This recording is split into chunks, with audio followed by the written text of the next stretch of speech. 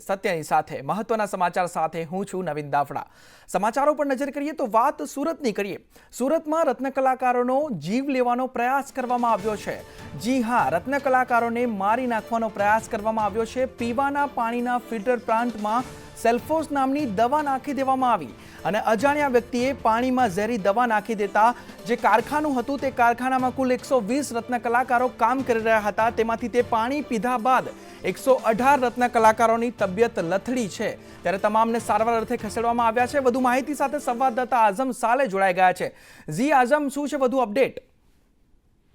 જે આખો બનાવ બનીને સામે આવ્યો છે કાપોદ્રા વિસ્તારના મિલેનિયમ કોમ્પ્લેક્સમાં આવેલા અનબ જૈન નામના કારખાનામાં ઘટના બની છે। આ કારખાનાની અંદર અંદાજિત 120 જેટલા રત્ન કલાકારો કામ કરી રહ્યા હતા, જે પૈકીના 118 રત્ન કલાકારોને પાણી પીધા બાદ ઝેરી દવાની અસર થઈ હતી, જેમાંથી તમામને ધીમે ધીમે અલગ અલગ હોસ્પિટલમાં ખસેડવામાં આવ્યા હતા, જ્યાં 2 દર્દી હાલ આઈસીયુમાં સારવાર લઈ રહ્યા છે, જ્યારે અન્ય 116 દર્દીની હાલત સ્થિર હોવાનું સામે આવી રહ્યું છે।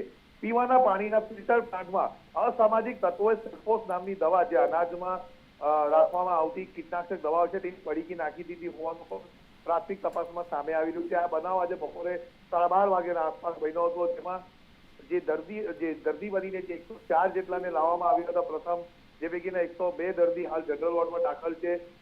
સુરતના મેયર, સુરત મહાનગરપાલિકાના કમિશનર, મંત્રી પ્રફુલ્લ પાનસેરી હાલ તમામ હોસ્પિટલ પહોંચ્યા છે, રત્ન કલાકારો સાથે વાત કરી છે। રત્ન કલાકારો ખુદ જણાવ્યું છે કે પહેલે તો એમને ના સમજ પડી હતી, પરંતુ પાણીમાંથી વાત આવતા આખો મામલો સામે આવ્યો છે। પોલીસ પણ આ તપાસમાં જોડાઈ છે, સાથે એફએસએલ અને સીસીટીવીની પણ મદદ લેવામાં આવી રહી છે। જી તો આઝમ, 118 રત્ન કલાકારો જે છે તેમની તબિયત લથડી છે, તેમાંથી કહેવામાં આવી રહ્યું છે કે 2 રત્ન કલાકાર તો આઈસીયુમાં છે, તો શું કોઈ ગંભીર સમાચાર સામે આવી શકે છે જે 2 રત્ન કલાકાર આઈસીયુમાં છે તે મુદ્દે? જે કિરણ હોસ્પિટલની અંદર 104 દર્દીને લાવવામાં આવ્યા હતા, જે પૈકીના 102 દર્દી જનરલ વોર્ડમાં દાખલ છે, જ્યારે આ તમામ દર્દીઓ જે છે તે general ward out of danger છે, જ્યારે 2 દર્દી છે, જેમાંનો એક છે રવિ ક્રિજન પ્રજાપતિ, જે 30 વર્ષનો છે, અને જયદીપ મારિયા 23 વર્ષનો છે, એ આઈસીયુમાં સારવાર હેઠળ છે અને એમના ઉપર ડોક્ટર મોનિટરિંગ કરી રહ્યા છે। જી, સમગ્ર માહિતી બદલ આભાર આઝમ। ટાંકીની અંદર ઝેર, પાણીની ટાંકીમાં ઝેર નથી દીધેલું અને એના હિસાબે વધારે થોડી પોઈઝનની અસર થઈ, એટલે એમને તાત્કાલિક કિરણ હોસ્પિટલમાં લાવ્યા। 104 કિરણમાં છે, 18 બીજી હોસ્પિટલમાં છે, ડાયમંડ હોસ્પિટલ। કોણે કર્યું છે? હવે તો કેમ ખબર પડે? તો તપાસ પોલીસ કર્યા પછી ખબર પડે। સીસીટીવી તો પાણીની જે પીવાની પાણીની ઓલી હોય ત્યાં સીસીટીવી તો નથી। ઘટનામાં તો સવારે બધા આવ્યા, પાણી પીધું, ખબર તો પાણીમાં વાસ આવવા માંડી, પછી શેઠને જાણ કરી કે આવા જવો તો પાણીમાં વાસ આવે છે। શેઠે જોયું તો અંદર ફ્રીજની અંદર દવા ટીપકા નાખેલા હતા, અને પછી અમુક કારીગરને કોઈને માથું દુખવા મળ્યું ને કોઈને એવું આવ્યું તે તપાસ કરાવી ત્યારે દાખલ કરી દીધા, બધાને એડમિટ કરી દીધા। આપણે પાણી પીવા ગયા એટલે ખબર પડી કે પાણીમાં દવામાં વાસ આવે છે, એટલે કારીગરોને નથી ખબર પડી, ઓફિસના માણસો હતા એને ખબર પડી આમાં દવામાં વાસ આવે છે। ગ્લાસે પાણી પીધું ને એટલે ખબર પડી, અગર ખબર પછી તરત સુપરવાઇઝરને કીધું કે આ ખોલો તો શું છે, ખોલ્યું તો અંદર પેકેટ નહીં દવાનું, એ લઈને અત્યારે ઓફિસમાં મૂક્યું છે। શેઠે તરત દવાખાનામાં એડમિટ કરી દીધા। ઘટનામાં એવું છે કે આજે સવારે કારખાનાની અંદર ફિલ્ટરના પાણીના ટાંકીની અંદર કોઈ ઝેરી મિલાવટ નાખેલી અને એમનું પોઈઝન લાગેલું છે 7 થી 8 લોકોને। બાકી અહીંયા કેરળની અંદર જેટલા આ લોકો છે એ બધાને नॉर्मल अच्छे, कोई ना कहीं वांधो नहीं। जेम्स नाम की जो कंपनी है उसमें सुबह कुछ लोगों ने कंप्लेन किया पुलिस स्टेशन में कि ऐसा घटना हुई जिसमें एक पानी के टंकी में किसी असामाजिक तत्व ने सेल्फोस जो पॉइजनस सब्सटेंस होता है उसका पैकेट फाड़ के डाल दिया था। लकीली सेल्फोस का जो पैकेट होता है उसमें 2 पैकेट्स होते हैं, बाहर की प्लास्टिक की पड़ी की होती है और अंदर में उसके एक और पैकेट होता है, तो अंदर का पैकेट फटा नहीं था। और जब इन्होंने वर्कर्स ने कंप्लेन किया तो मालिक ने जो अच्छी सोच दिखा के सबको हॉस्पिटल भेजा, किरण हॉस्पिटल और डायमंड हॉस्पिटल, और अभी तो किसी की जान माल की हानि नहीं है। आज सूरत में वराछा पर एक डायमंड फैक्ट्री पर कुछ बदमाश ने पीने के पानी पर जहर मिला दिया था। 104 रत्न कलाकार कर्मचारी को एक किरण अस्पताल में दाखिल किया है और 14 को डायमंड हॉस्पिटल में दाखिल किया। सभी सेफ है। सभी का स्वास्थ्य अच्छा है। 2 कर्मचारी को आईसीयू में दाखिल किया है। તો વાત અમદાવાદની કરીએ તો અમદાવાદમાં સ્ટીલના ભંગારનો વેપારી લૂંટાયો છે। ચિમનભાઈ બ્રિજ પર 14 લાખની ચીલ ઝડપ કરવામાં આવી છે। મુંબઈથી આવી ઘરે જતા વેપારીને લૂંટી લેવાયો છે। તેની પાસેથી 14 લાખ રૂપિયાની ચીલ ઝડપ કરવામાં આવી છે। વેપારીના પત્ની પાસેથી બેંક લૂંટી શખ્સો જે છે તે ફરાર થઈ ચૂક્યા છે। ત્યારે દાગીના સહિતની મત્તા લૂંટી લેતા પોલીસ ફરિયાદ નોંધવામાં આવી છે અને શખ્સો હાલ તે મુદ્દામાલ લઈને 14 લાખ રૂપિયા લઈને ફરાર થઈ ગયા છે।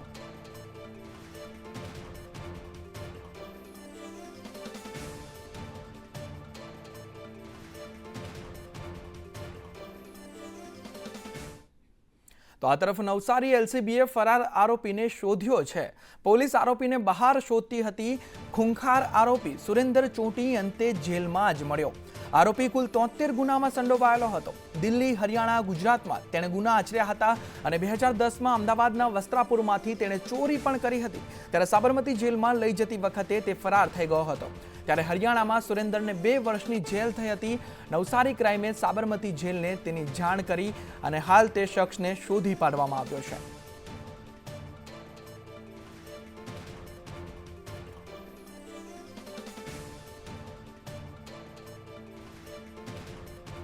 તરફ પંચમહાલમાં હાલોલમાં આઈપીએલ મેચ પર સટ્ટો રમાડતા 4 ઝડપાયા છે।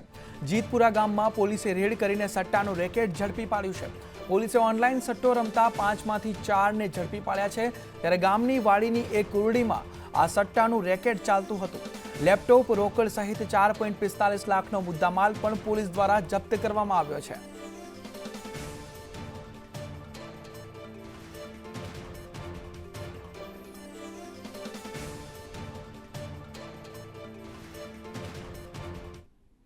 આ તરફ હાલોલના પ્લાસ્ટિક યુનિટમાં ટાસ્ક ફોર્સે રેડ પાડી। હાલોલ નગરપાલિકા અને જીપીસીબીએ સંયુક્ત રેડ પાડી અને જીઆઈડીસીના 5 યુનિટમાં રેડ કરીને પ્લાસ્ટિક બેગ ઝડપી પાડી છે। ઓછા માઇક્રોનથી પ્લાસ્ટિક બેગ બનાવતી કંપની પણ ઝડપવામાં આવી છે। હજારો ટન પ્લાસ્ટિકનો જથ્થો સીઝ કરવામાં આવ્યો છે અને 5 યુનિટમાં રેડ કરીને પ્લાસ્ટિકની બેગ ઝડપી પાડવામાં આવી છે। ટાસ્ક ફોર્સ કમિટી દ્વારા અંદાજે 20 એકમોની વિઝિટ લેવામાં આવી છે।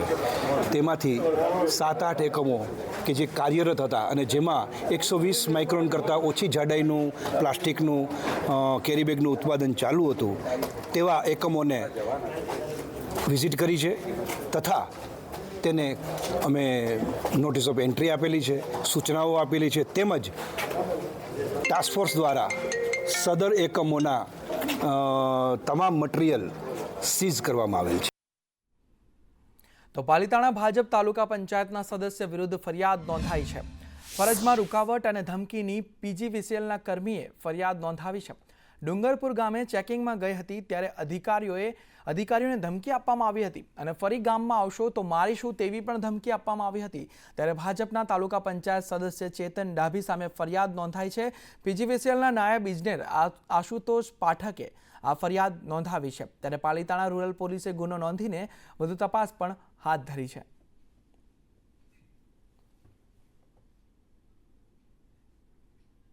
આ તરફ ગોધરામાં નાયબ મામલતદાર 1 લાખની લાંચ લેતા ઝડપાયા છે। ગોધરા પ્રાંત અધિકારીની ઈ-ધરા શાખામાં એસીબીની રેડમાં આ મામલો સામે આવ્યો છે। રંગે હાથ તેઓ ઝડપાઈ ચૂક્યા છે।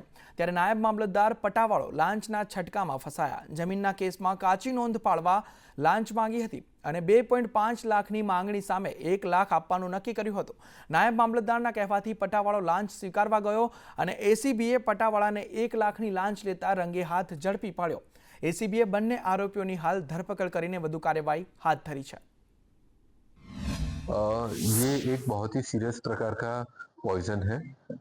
ये एक चीज अच्छी है कि जो भी जहर मिला है वो डाइल्यूटेड फॉर्म में हुआ है कि जिसकी वजह से उसकी ज्यादा इफेक्ट नहीं आ रही है, परंतु जो 2 दर्दियों ने पिया होगा तो वो शायद कॉन्सेंट्रेटेड फॉर्म में हो सकता है। अगर कोई नॉर्मल आदमी ये टैबलेट इंडिविजुअली लेता है 1 ग्लास में तो वो करीबन 6 से 7 घंटे के अंदर उनको सबसे पहले हृदय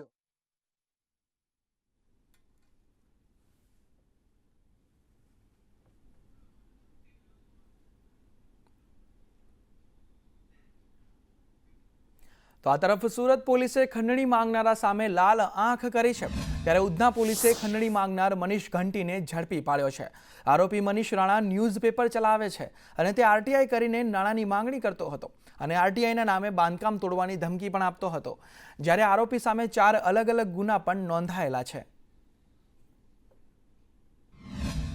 મનીષ નવીનભાઈ રાણા કરીને જે સો કોલ્ડ પત્રકાર છે, જેમનું સત્રમ ટાઈમ્સ નામનું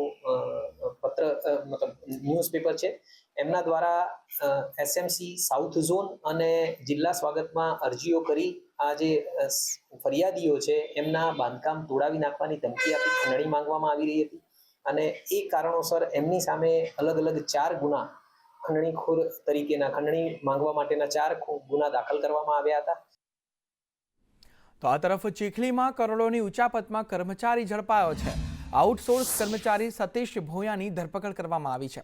ચીખલી સરકારી હોસ્પિટલમાં કરોડોની ઉચાપત થઈ હતી. આઉટસોર્સ કર્મચારીએ આ ઉચાપત કરી હતી. એ પણ 1.64 કરોડની ઉચાપત કરવામાં આવી હતી. કર્મચારીએ બોગસ બિલો બનાવી આ કૌભાંડ આચર્યું હતું. હાલ તેની ધરપકડ કરવામાં આવી છે. 1,64,56,231 રૂપિયાનું ઉચાપતનું સ્પષ્ટ જણાઈ આવેલી, જેની અંદર ત્યાં કામ કરતા આઉટસોર્સના સતીશભાઈ ભોયા નાઓએ ઉચાપત કરેલાનું જણાઈ આવેલ છે. તેની એમઓ એવી હતી કે તેણે આ જે રૂપિયાઓ હતા એના ડુપ્લિકેટ બિલો બનાવી તે ડુપ્લિકેટ બિલો સાચા તરીકે પેટા તિજોરી કચેરીની અંદર જમા કરાવડાવી અને ચીખલી ખાતે રજૂ કરેલા અને જે બિલના જે નાણાં ચેક મારફતે પોતાના તેમજ પોતાના સગાવાલા તેમજ અન્ય વ્યક્તિઓના એકાઉન્ટની અંદર જમા કરાવેલા. આ તરફ જૂનાગઢમાં 6 વર્ષની બાળકી સાથે અડપલા કરનાર યુવકને પોલીસે ઝડપી પાડ્યો છે. જૂનાગઢ સી ડિવિઝન પોલીસે પોક્સો હેઠળ આરોપીની ધરપકડ કરીને વધુ તપાસ હાથ ધરી છે. થોડા દિવસ અગાઉ ટ્યુશન સંચાલિકાનો પુત્ર મુસ્તકીમ સરફરાઝે ટ્યુશન બાદ એકલતાનો લાભ લઈ બાળકી સાથે અડપલા કર્યા હતા. આ ઘટનાની જાણ બાળકીની માતાને કરી હતી અને પોલીસે પોક્સો હેઠળ આરોપીની ધરપકડ કરી છે. વિસ્તારમાં જે બેન પોતાના ઘરે ટ્યુશન ચલાવે છે તેમનો દીકરો મુસ્તકીમ નાની વયની જે બાળકીઓ આવે છે તેમની સાથે ગયા અઠવાડિયે તે પૈકી 6 વર્ષની બાળકી સાથે ગયા અઠવાડિયે શારીરિક અડપલા કરેલી. આ બનાવની છે એ બાળકી પોતાના માતા પિતાને વાત કરતા સી ડિવિઝન પોલીસ સ્ટેશનમાં બીએનએસની કલમ 75 તથા પોક્સોની કલમ 8 અને 12 મુજબ ગુનો દાખલ કરવામાં આવેલો છે. તો કોંગ્રેસના સંમેલનને લઈ CR પાટીલનું નિવેદન સામે આવ્યું. કોંગ્રેસે સરદાર પટેલનું સ્મારક બનાવવા જગ્યા ન આપી તેવું પાટીલ દ્વારા કહેવામાં આવ્યું છે. પાટીલે વધુમાં કહ્યું કે સરદાર પટેલનો કોઈ કાર્યક્રમમાં ફોટો નથી મૂક્યો. આજે કહે છે સરદાર પટેલને ભાજપે હાઈજેક કર્યા. વિશ્વની સૌથી મોટી સરદાર પટેલની મૂર્તિ ગુજરાતમાં બની. ભાજપના 46મા સ્થાપના દિન નિમિત્તે સુરતમાં હતો કાર્યક્રમ. મજૂરા મત વિસ્તારમાં સદસ્ય સંમેલનનું આયોજન થયું હતું. તેમાં CR પાટીલ દ્વારા આ નિવેદન આપવામાં આવ્યું છે. કોંગ્રેસનું અધિવેશન ગુજરાતમાં કરવા પાછળનો જે ઈરાદો સરદાર પટેલના સ્થળને જવા માટેનો છે અને એટલા માટે એમને આ અધિકાર જ નથી કે સરદાર પટેલનું નામ લઈ શકે. જે સરદાર પટેલે અખંડ ભારત બનાવવામાં જે યોગદાન આપ્યું છે એવા મહાન પુરુષને વિસ્તારે પાડવા માટેના તમામ પ્રયત્નો આ કોંગ્રેસે કર્યા છે. તો આ તરફ અમદાવાદમાં EWS આવાસમાં છેતરપિંડીના કેસની તપાસ થશે. સોલામાં EWS આવાસમાં આ ઘટના બની હતી. AMC છેતરપિંડીની ઘટનાની તપાસ સોંપશે અને મહાનગરપાલિકાના કર્મચારીની સંડોવણી મુદ્દે પણ તપાસ હાથ ધરવામાં આવશે. ત્યારે સૌથી મોટો સવાલ એ છે કે કેટલા આવાસ ખાલી છે તે આરોપીને કેવી રીતે ખબર પડી. ત્યારે EWS આવાસમાં છેતરપિંડીના જે કેસ થયો હતો તે અંગે હવે તપાસ હાથ ધરવામાં આવશે. બંધ મકાનો હતા અને એના હિસાબે એ જર્જરિત હાલતમાં થઈ ગયેલા હતા. ત્યાં આગળ બારી બારણા દરવાજા એ લોકો નીકાળી ગયેલા હતી ત્યાંની સ્થાનિક પબ્લિક, અને એના હિસાબે વહેલા જર્જરિત થયા હતા. એના સ્ટ્રક્ચર રિપોર્ટ આવ્યા પછી આપણે ત્યાં પણ ડિમોલેશન કર્યું. તો આ તરફ અમદાવાદના બહેરામપુરા અને વટવામાં આવાસોના સ્ટ્રક્ચર રિપોર્ટ કરાશે, જેમાં કુલ 270 બ્લોકમાં આવેલા 8760 આવાસના રિપોર્ટ કરવામાં આવશે. આ આવાસમાં સદ્દાવના નગરના 2432 આવાસોનો રિપોર્ટ કરાવવામાં આવનાર છે. ત્યારે સલાવ એ મોટો સવાલ અહીં ઊભો થાય છે કે અગાઉ આ જ સ્કીમ ખાતે આવેલા કેટલાક બ્લોક ખાલી પડી રહ્યા હતા અને તેને ડિમોલિશ કરી દેવામાં આવ્યા છે. તો એ આવાસ અને હાલના હયાત આવાસ એક જ સમયે બનેલા છે, તો પછી એ આવાસ પાછળ કરોડોનો ખર્ચ કેમ?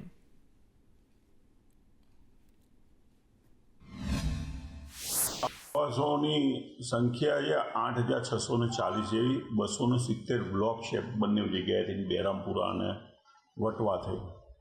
અને એની સર્વેની કામગીરી હવે આજે મંજૂરી આપ્યા પછી ટૂંક સમયમાં પૂર્ણ કરીને એનો જે સ્ટ્રક્ચર રિપોર્ટ આવે એના આધારે આગળની કાર્યવાહી. તત્કાલીન યુપીએ સરકાર દ્વારા 180 કરોડની ગ્રાન્ટ ફાળવવામાં આવી અને તેમાંથી અમદાવાદ મ્યુનિસિપલ કોર્પોરેશને EWS આવાસ બનાવ્યા હતા, જેને અમદાવાદ મ્યુનિસિપલ કોર્પોરેશન દ્વારા ગરીબોને ફાળવવામાં તો ના આવ્યા, પરંતુ તેને ખંડેર થવા દીધા અને હવે તેને તોડવાની કામગીરી કરવામાં આવી રહી છે. તો બીજી તરફ કોંગ્રેસ દ્વારા સમગ્ર મામલે CBI તપાસની માંગ કરાઈ છે અને જવાબદાર અધિકારીઓ સામે પગલાંની પણ માંગ ઉચ્ચારવામાં આવી છે.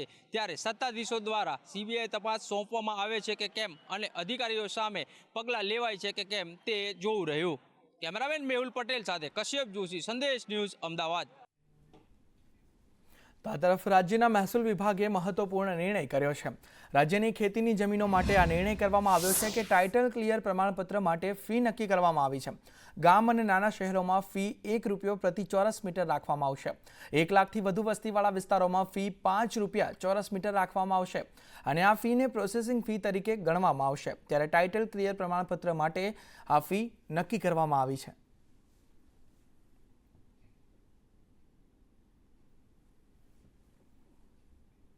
તો આ તરફ માલધારી સમાજે CM ભૂપેન્દ્ર પટેલનો આભાર માન્યો છે. રબારી વસાહતમાં રાહત દરે પ્લોટ આપવા બદલ તેમનો આભાર માનવામાં આવ્યો છે.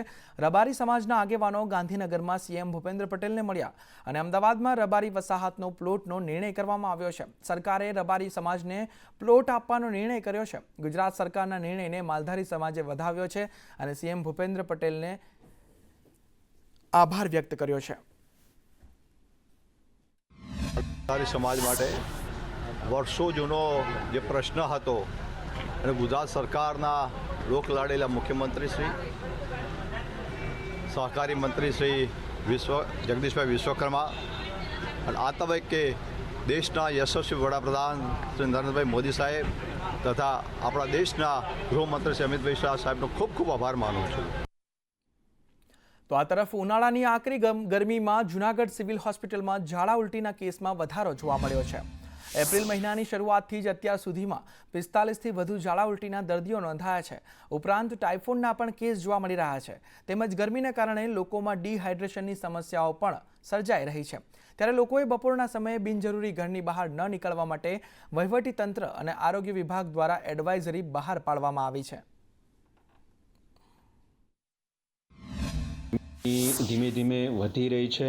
સિવિલ હોસ્પિટલ ખાતે સંપૂર્ણ સારવાર ઉપલબ્ધ છે. આ માટે જરૂરી IV ફ્લુઇડ્સ, ORS સેચેટ્સ તથા અન્ય જરૂરી તમામ દવાઓ અને સાધન સામગ્રી પણ ઉપલબ્ધ છે. પરંતુ તમામ લોકોને નમ્ર વિનંતી કે જ્યારે હીટવેવ છે અને ગરમી ધીમે ધીમે વધી રહી છે ત્યારે અનિવાર્ય ન હોય તો બહાર નીકળવાનું ટાળવું.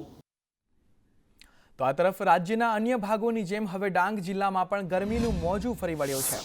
જિલ્લામાં છેલ્લા કેટલાક દિવસોથી તાપમાનમાં સતત વધારો થતાં જનજીવન ત્રાહિમામ પુકારી ઉઠ્યું છે. આજે જિલ્લાના મુખ્ય મથકમાં આહવા, સુબીર અને વઘઈમાં મહત્તમ તાપમાન 44 ડિગ્રી સેલ્સિયસ નોંધાયું હતું, જે આ સિઝનનું અત્યાર સુધીનું સૌથી વધુ તાપમાન છે. તો ગિરિમથક સાપુતારામાં પણ ગરમીનો પારો 42 ડિગ્રી પર પહોંચ્યો હતો.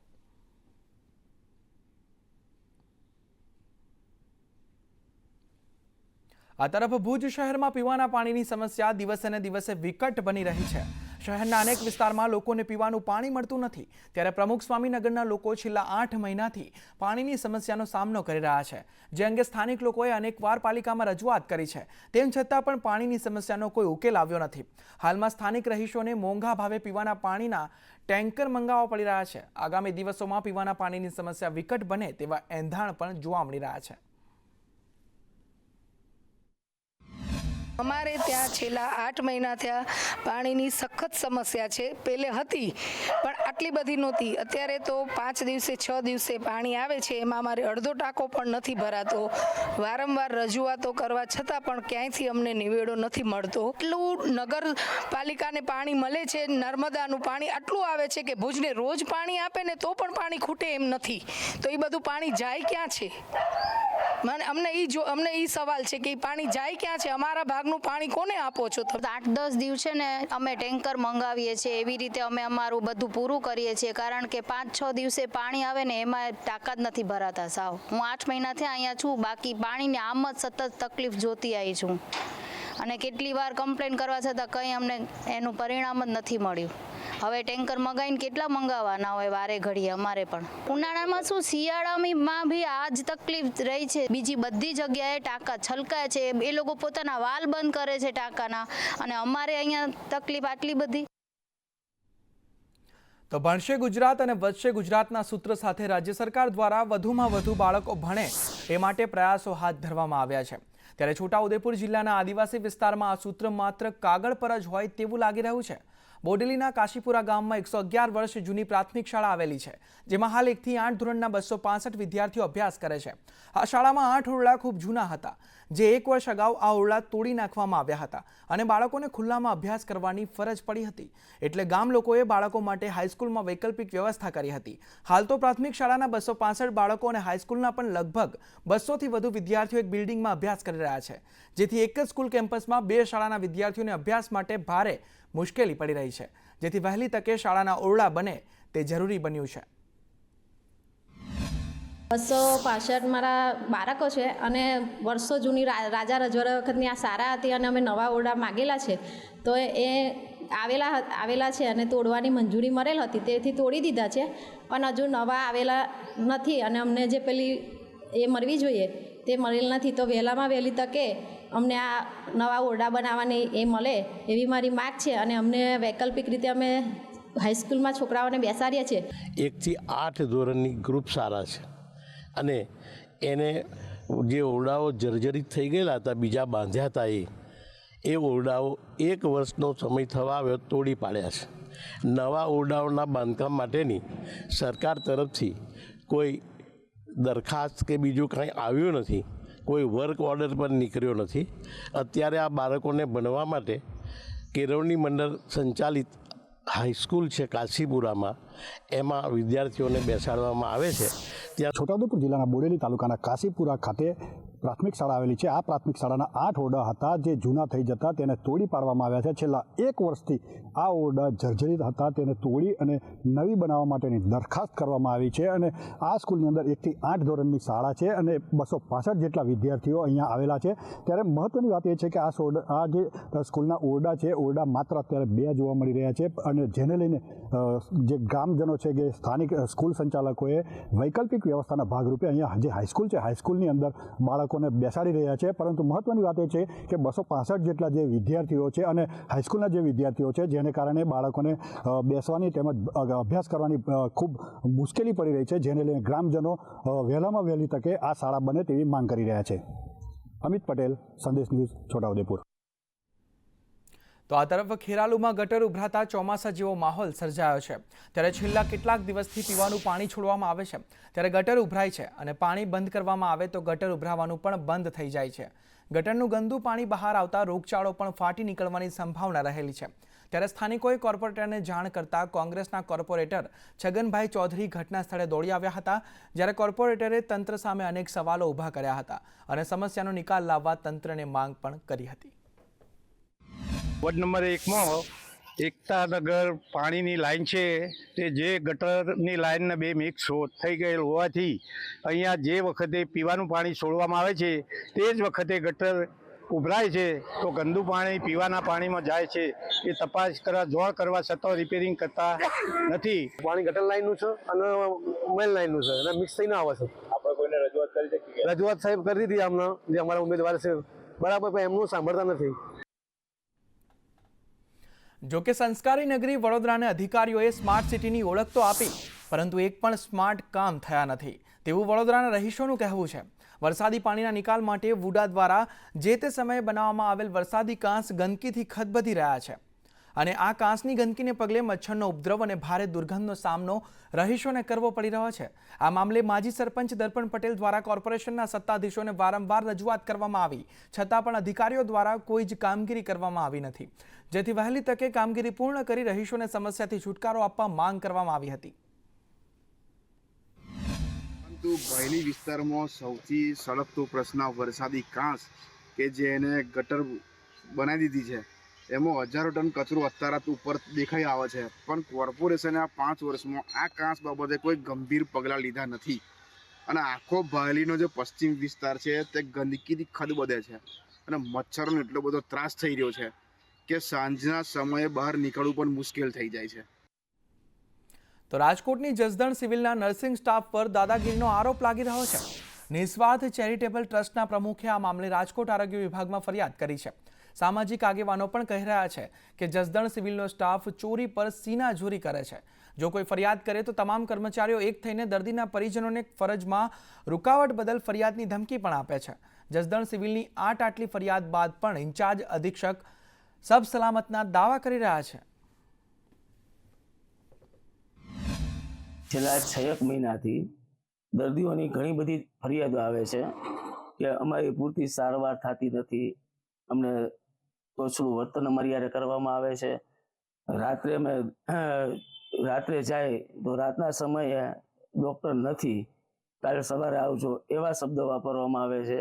આ બાબતે અમે રજૂઆત કરી પણ કોઈ રજૂઆતને ધ્યાન આપવામાં આવ્યું નહીં, એટલે અમારે ના છૂટકે આજે આરડીડી ઓફિસ રાજકોટને રજૂઆત કરવી પડી। જસદણ સિવિલ હોસ્પિટલની અંદર અમુક જે નર્સિંગ સ્ટાફ છે એની પોતાની ખુદની દાદાગીરી કરતા હોય અને કોઈ કે એટલે તરત એમ કે ફરજનો રૂકાવટનો ગુનો દાખલ કરશું અને 100 નંબરમાં ગમે ત્યારે ફોન કરવાની ધમકી આપે અને કોઈ જાતની બધાની એટલી બધી બેદરકારી હોય છે, છતાં અમારે તો કાયમી જવાનું હોય અને એની પાસે કામ લેવાનું હોય। આ લોકોને વધુ અમે કાંઈ કહી નથી શકતા। હવે અમારી પાસે કોઈ સ્પેસિફિક કેસ હવે કોઈ ડિટેલ્સ અમને મળે નથી કે આ કેસ બેદરકારી છે, તો અમે એ કેસની જે ડિટેલ મળે તો અમે એની તપાસ આગળ કરી શકીએ। પ્લસ વધુમાં અમારા તરફથી સૂચના દરેક સ્ટાફને અપાયેલી છે, દરેક સ્ટાફ પોતાનું કામ નિષ્ઠાથી કરે અને વ્યવસ્થિત રીતે પોતાની ફરજ જે આવતી હોય તમામ વ્યવસ્થિત કરે। ડૉક્ટર અને નર્સિંગ સ્ટાફ તમામને આવી સૂચના અપાયેલી છે। તો આ તરફ રાપરમાં કેનાલમાંથી પાણી ચોરી અટકાવવા કાર્યવાહી કરવામાં આવી। કેનાલમાં લગાવેલ બકનળીઓ કાપી દેવામાં આવી છે। સૂચના આપવા છતાં પણ બકનળીઓ હટાવી ન હતી, જેને લઈ બકનળીઓ જે છે તે કાપી દેવામાં આવી છે। નર્મદા કેનાલમાં રિઝર્વ પાણીનો જથ્થો રખાયો હતો। સૂચના આપવા છતાં પણ કેનાલમાંથી પાણી ખેંચતા હતા અને પાણી ચોરી કરનાર સામે કાર્યવાહીની ખેડૂતોની પણ માંગ ઉઠી છે।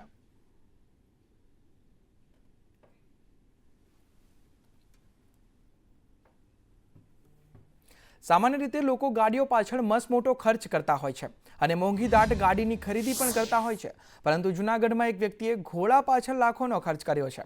જૂનાગઢ શહેરના એક અશ્વપાલકને કાઠિયાવાડી અશ્વ બ્રીડના 11.52 લાખ રૂપિયા ઉપજ્યા છે। જૂનાગઢમાં રહેતા અશ્વપાલક રાજુભાઈ રાડાનો 11 વર્ષનો કાઠિયાવાડી બ્રીડનો પૃથ્વી નામનો અશ્વ અન્ય રાજ્યમાં વહેંચાયો છે અને એ પણ 11.51 લાખમાં। કાઠિયાવાડી ઘોડાનો ક્રેઝ ખૂબ વધી રહ્યો છે। જેમ કે મેં હમણાં જ એક બિહારની અંદર ખૂબ સારો સ્ટેલિયન પૃથ્વીરાજ સારી પેડેગરીનો મેં આપેલો છે। 11 વર્ષનો ઘોડો છે, 11,51,000 રૂપિયામાં આપેલો છે। પ્યોરિટી છે તેની સારી બ્લડ લાઇનનો ઘોડો છે। હવે ધીરે ધીરે કાઠિયાવાડી ઘોડાનો ક્રેઝ આવતો જાય છે। જેમ કે એન્ડ્યુલસની અંદર 20 કિલોમીટરથી લઈ અને 100 કિલોમીટરની અંદર પ્રતિયોગિતા જીતી રહ્યા છે કાઠિયાવાડી ઘોડા। તો હવે મને એવું લાગે છે કે કાઠિયાવાડી ઘોડાનો ક્રેઝ પાછો આવે છે। તો આ તરફ સુરતમાં રત્ન કલાકારોને મારી નાખવાના પ્રયાસ મુદ્દે સુરત કલેક્ટર અને મ્યુનિસિપલ કમિશનરે રિપોર્ટ બનાવ્યો છે અને હેલ્થ મિનિસ્ટ્રીએ તાત્કાલિક રિપોર્ટ માંગ્યો હતો, જેને લઈ આ રિપોર્ટ બનાવવામાં આવ્યો છે।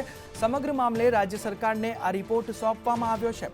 ત્યારે પાણીની ટાંકી માટે આ પાવડર વપરાતો નથી અને ઝેરી પાવડર કેમ પાણીની ટાંકીમાં નંખાયો તે અહીં સૌથી મોટો સવાલ છે કે આગામી દિવસોમાં તપાસ સઘન થઈ શકે છે। ત્યારે કાપોદ્રા વિસ્તારમાં બનેલી આ ઘટનાના ઘેરા પ્રત્યાઘાત પડ્યા છે અને સમગ્ર મામલે રાજ્ય સરકારને રિપોર્ટ બનાવીને સોંપવામાં આવ્યો છે. સુરતમાં રત્ન કલાકારો જે 118 રત્ન કલાકારોની તબિયત લથડી, તે રત્ન કલાકારો હાલ સારવાર હેઠળ છે. ત્યારે તે જે ઝેરી દવા છે તે પાણીમાં કોણે નાખી તે અહીં સૌથી મોટો સવાલ છે અને રાજ્ય સરકારને આ સમગ્ર મામલે રિપોર્ટ બનાવીને તાત્કાલિક સોંપવામાં આવ્યો છે.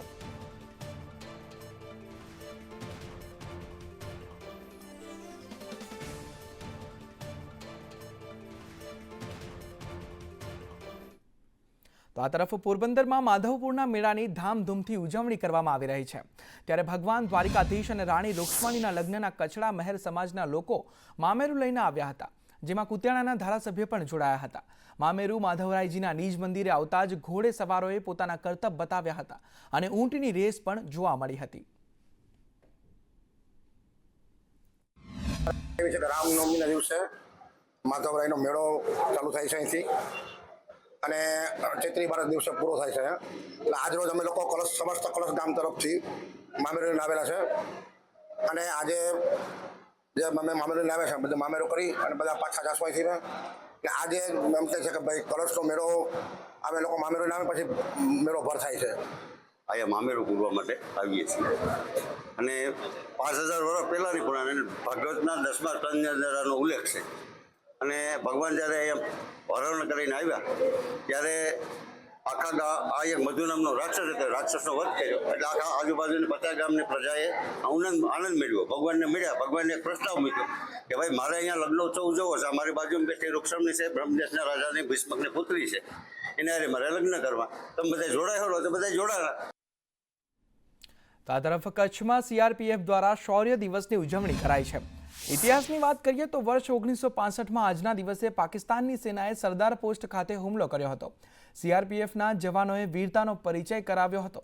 ભારતના CRPF સૈનિકોએ કચ્છના રણમાં પાકિસ્તાની આર્મી સામે જીત હાંસલ કરી હતી.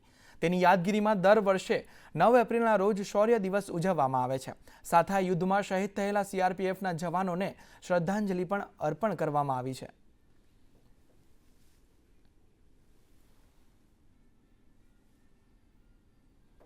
તાપીના વ્યારા ખાતે રેન્જ IG પ્રેમવીર સિંહની ઉપસ્થિતિમાં લોક દરબાર યોજાયો હતો, જેમાં વ્યારા નગર સહિત આસપાસના ગામોના આગેવાનો ઉપસ્થિત રહ્યા હતા અને પોતાની વિવિધ સમસ્યાઓ IG સમક્ષ રજૂ કરી હતી. રેન્જ IGએ પણ લોકો દ્વારા રજૂ કરાયેલ જુદા જુદા પ્રશ્નોને ધ્યાનપૂર્વક સાંભળીને ટૂંક સમયમાં નિરાકરણ લાવવા પણ જણાવ્યું હતું. ગ્રામજનોના જે તમામ સૂચનો છે એને ઉપર આપણે કાર્યવાહી કરશું. એક જે સાયબર ક્રાઇમ વિશે ઘણા આગેવાનો દ્વારા રજૂઆત કરવામાં આવેલી. મારી તમામ લોકોને એક જ અપીલ છે કે સાયબર ક્રાઇમથી બચવા માટે લોક લુભામણી જાહેરાતો, ભયમાં મૂકનારી કોઈ પણ કોલ અથવા વિડીયો કોલ, ડિજિટલ અરેસ્ટ જેવી જે આજકાલ એમઓ ચાલે છે એ કોઈ પણ બાબતમાં ધ્યાન આપવાનું નહીં. કોઈની ભ્રામક, ભયજનક અથવા લુભાવણી વાતોમાં આવવું નહીં. એનાથી જ જે છે આપણે સાયબર ક્રાઇમથી બચી શકીએ. તો અંબાજી ખાતે આદિશક્તિ રાષ્ટ્રીય મહિલા આર્ચરી સ્પર્ધાનું ભવ્ય આયોજન કરવામાં આવ્યું છે. આ સ્પર્ધામાં 28 રાજ્યોની અલગ અલગ પ્રતિભા ધરાવતી 478થી વધુ મહિલા આર્ચરી ખેલાડીઓએ ભાગ લીધો છે, જેમાં 35 ઇન્ટરનેશનલ મહિલા ખેલાડીઓ પણ સામેલ છે. ત્યારે આવતીકાલે સવારે 6 બ્રોન્ઝ અને 6 गोल्ड मेडल માટે ફાઇનલ મેચ યોજાવાની છે. नेशनल रैंकिंग आर्चरी टूर्नामेंट जो वुमेन का होता है लेकिन इतना बड़ा तरीके से इतने ढंग से और इतने आर्चर कभी इकट्ठा नहीं होते. यहाँ पे काफ़ी बड़ा है. 540 लगभग रजिस्ट्रेशन हुआ था बट अभी तक हम लोग को मिला है 478. बहुत ही बेहतरीन और बहुत ही पहली बार ऐसी प्रयास गुजरात सरकार ने करी है. फर्स्ट वुमेन एनआरटी में जूनियर कैटेगरी में रिकर्व खेलती हूँ. अभी मैं रिकर्व चलाऊंगी जूनियर में. और मेरे अभी जो नेशनल गेम्स हुए थे 38 उसमें मेरा ब्रोंज मेडल था. उससे पहले सीनियर नेशनल में हमारा टीम का गोल्ड था. सब जूनियर में मेरा इंडिविजुअल गोल्ड है, मिक्स टीम गोल्ड है, टीम गोल्ड है और रैंकिंग का ब्रोंज मेडल है. हम यहाँ पे गेम खेलने के लिए आया गुजरात में. गुजरात का ये बहुत अच्छा फैसिलिटी दिया हमको. रानी का जगह वो बहुत अच्छा दिया, होटल भी अच्छा है, इधर खाने चीज़ भी बहुत अच्छा दिया. ग्राउंड भी इंटरनेशनल लेवल में किया. हम इधर जाके बहुत खुश है. यहाँ पे कॉन्फिडेंस बहुत मिला है. તો આ તરફ કડી વિધાનસભા પેટા ચૂંટણી પૂર્વે મતદાર યાદી સુધારણા કાર્યક્રમ શરૂ કરવામાં આવ્યો છે. કડીના પૂર્વ ધારાસભ્ય કરશન સોલંકીનું અવસાન થતાં ખાલી પડેલ બેઠક પર પેટા ચૂંટણી યોજાશે. ત્યારે મતદાર યાદી સુધારણા કાર્યક્રમ 8 એપ્રિલથી 24 એપ્રિલ 2025 સુધી ચાલશે. જ્યારે ઈવીએમ મશીનોમાં બીયુ અને વીવીપેટ તૈયાર કરવાની કામગીરી પણ પૂર્ણ કરવામાં આવી છે. ભારતની ચૂંટણી પંચની સૂચના મુજબ આપણે પૂર્વ તૈયારી શું કરી, ચૂંટણીની તારીખો તો હજી આગામી સમયમાં જાહેર થશે, પણ પૂર્વ તૈયારીમાં આપણે તંત્રએ શું કામગીરી કરી છે એને લોકો સુધી જાણકારી મળે.